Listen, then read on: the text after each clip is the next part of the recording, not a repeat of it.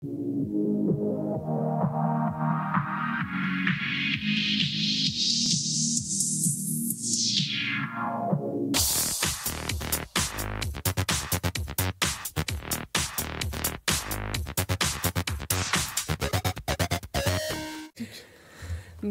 à toutes et à tous, bienvenue dans ce nouveau numéro de Top Chrono. Bonjour Laurent. Bonjour Sarah. On est heureux d'accueillir Jean-Marie Chauvin. Bonjour Sarah, bonjour Laurent. Ouais, il est radieux. Oui. Radieux, oui. Très belle chemise. Oui, peut-être. Ouais. Mais radieux, oui, pas comme le temps hier, mais au niveau du cross départemental, oui, je crois qu'on peut être radieux et avoir le sourire, puisque rassembler près de 1300 jeunes collégiens et jeunes lycéennes dans les conditions actuelles, pour un cross départemental, pour les restos du cœur, pour remettre la dynamique dans les associations sportives, ouais, j'avoue qu'on peut être radieux. J'espère que l'avenir sera aussi radieux. Ouais. Même si on peut en douter. Évitez de taper sur le bureau très très fort. Mais j'ai toujours un petit peu d'énergie, pardon. Donc on rappellera, vous faites oui. tout, mais on rappellera quand même que vous êtes le directeur départemental de l'UNSS. Excusez-moi, j'ai parlé avant l'heure. Oui, c'est ça, directeur départemental de l'UNSS. Ouais. Donc ça fait du bien ce cross. Ça veut dire que... alors, évidemment, vous êtes toujours sous la menace comme tout le monde, ouais. Mais ça veut dire qu'il y a quand même eu du cross hier. C'est une valeur étalon, le cross, pour l'UNSS. Oui, et puis c'est vraiment une grande bouffée d'oxygène pour le sport scolaire, quoi. Dans le département de l'Indre, depuis une quinzaine d'années, on rassemble 1500. Cette année, on est un peu en dessous, mais au vu du contexte actuel, c'est pas mal. C'est vraiment... ce cross devait marquer le bon début de saison du sport scolaire, avec 3363 licences. On est à pratiquement 24% de la population scolaire. On est un tout petit peu moins bien qu'en 2019, mais on a fait un début de saison sur des activités extérieures avec 5 journées nationales du sport scolaire, un raid départemental, une journée lycéenne Maïfron avec près de 300 lycéennes, 400 collégiennes sur la plaine départementale des sports, 2 autres raids. Non, ce cross, on en avait besoin, c'est vraiment une bouffée d'oxygène. Et je crois que l'ensemble des participants, des animateurs, des chefs d'établissement qui étaient très nombreux hier pour marquer leur soutien et auprès des élèves et auprès des animateurs, ça a fait vraiment du bien. Et même si on avait obligé, et c'est normal, le port du masque pendant toute la manifestation et même dans la chambre d'appel et après la course, et c'est pas évident, je pense qu'on l'a fait dans des conditions à peu près normales et c'est une opération bien réussie. Il faut une licence dans une association de collège ou de lycée pour participer. Oui, mais le service départemental, depuis de longues années, a fait de cette journée cross un événement promotionnel. Et donc, on avait une centaine de non-licenciés. On souhaite bien évidemment qu'ils prennent leur licence par la suite.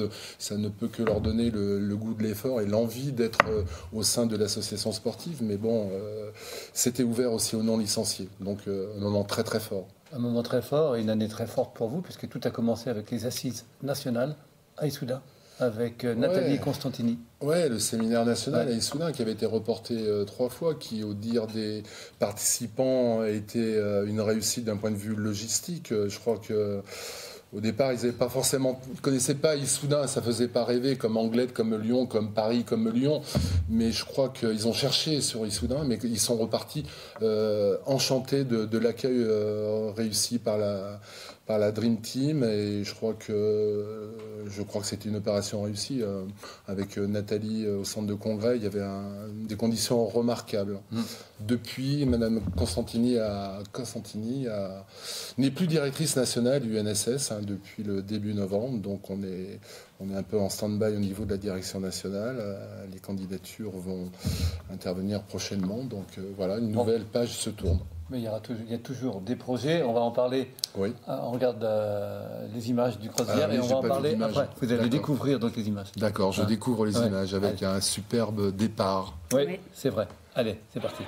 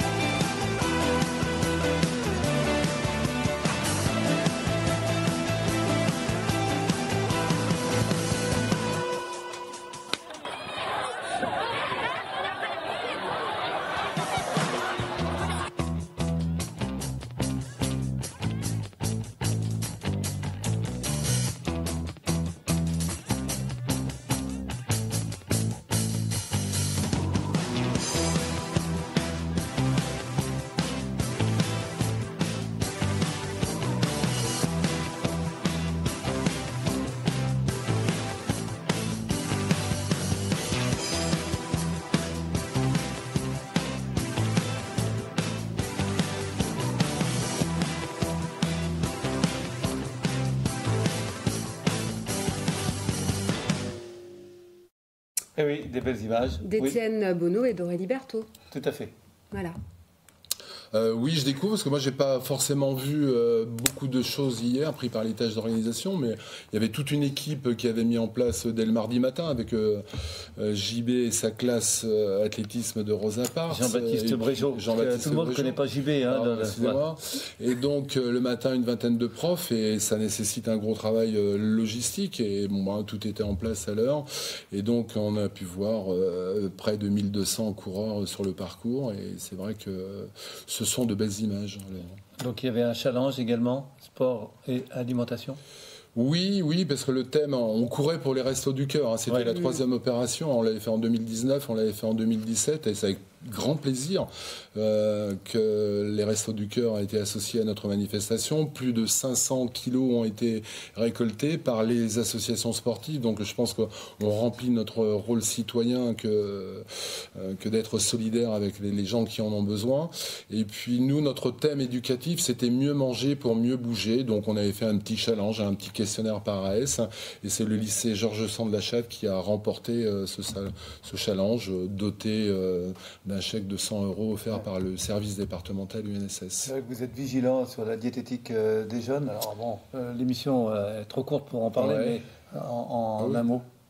En un mot, c'est vrai que l'UNSS a bien entendu volonté de promouvoir la pratique physique et sportive, et on sait très bien qu'une pratique régulière amène à une meilleure vie, à moins de problèmes de santé. Donc on est en plein dans le domaine santé, et ce depuis le Covid encore plus. Donc voilà, d'où l'importance de remettre en mouvement l'ensemble des collégiens et des collégiennes au travers d'activités extérieures pour le moment, parce que les activités intérieures, je pense que ça va être compliqué, notamment les sports collectifs tels que le futsal, le handball et le basket, où les nouvelles ne sont pas forcément très rassurantes et très optimistes. J'ai été amené à repousser les rencontres du mercredi 1er décembre parce qu'on est dans l'attente de décision.